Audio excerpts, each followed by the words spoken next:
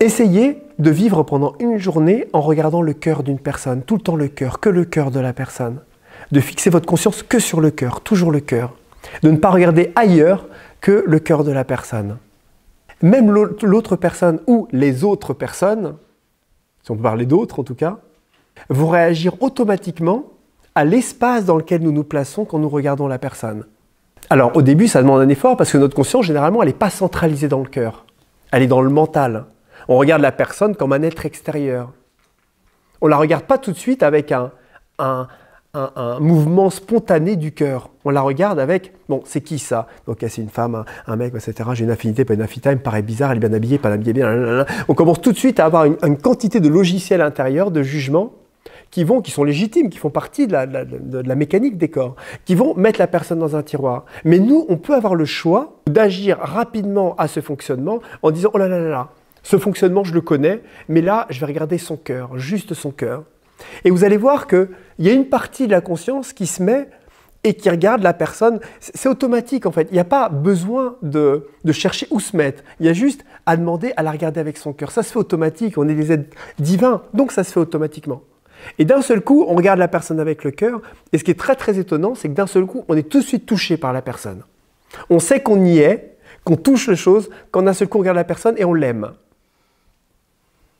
C'est comme un petit bruit, vous savez, un interrupteur, un truc. Là, c'est l'amour. Hop, on dit ça. Ah, là, je l'aime. Je me positionne dans l'espace dans lequel j'aime cette personne et dans lequel je suis touché par cette personne. Et c'est super intéressant parce que on sent bien qu'on n'est pas du tout dans le même espace de conscience. Et ce qui est intéressant, c'est que quand on fait ça, on sent qu'il y a d'autres forces qui tentent à nous ramener dans le mental et ainsi de suite. Mais on peut très bien réussir à y être de plus en plus souvent en fait, dans cet espace.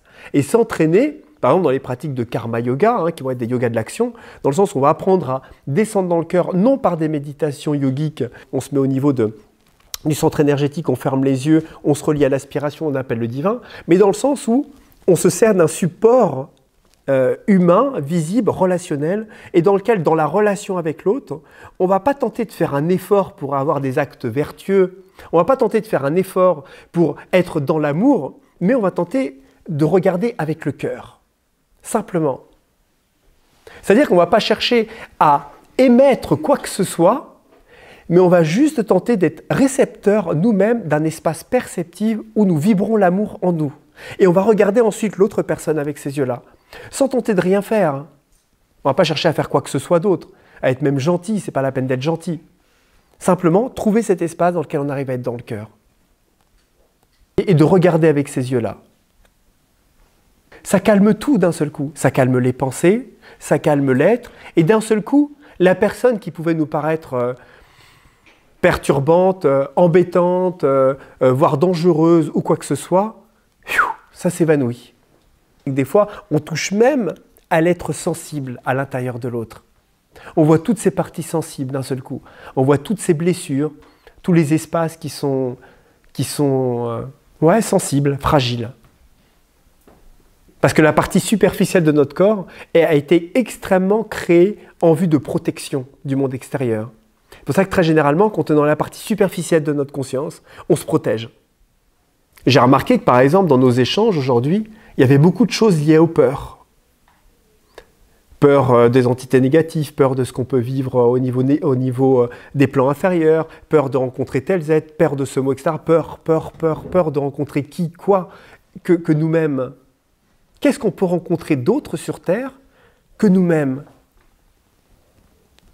On ne peut rien rencontrer autre que soi-même, puisque ce que l'on perçoit en chacun n'est que le reflet et la projection de notre propre perception. Donc même une entité négative, un machin négatif soi-disant, un truc, une charge, quoi que ce soit, n'est qu'une projection et une énergie de nous-mêmes.